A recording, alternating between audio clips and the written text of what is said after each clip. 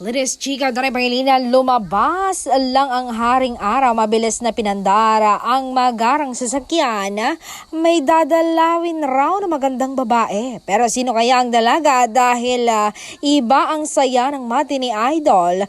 Mukhang espesyal talaga na babae sa buhay niya ang kanyang dadalawin. Pero yun lang, hindi namin natanong kung sinong babae. Pero nung nagtanong-tanong kami at natanong namin ang kanyang personal assistant nito, ang dadalawin niya pala na ganon siya kas-excited at kasaya ay si Bel Mariano.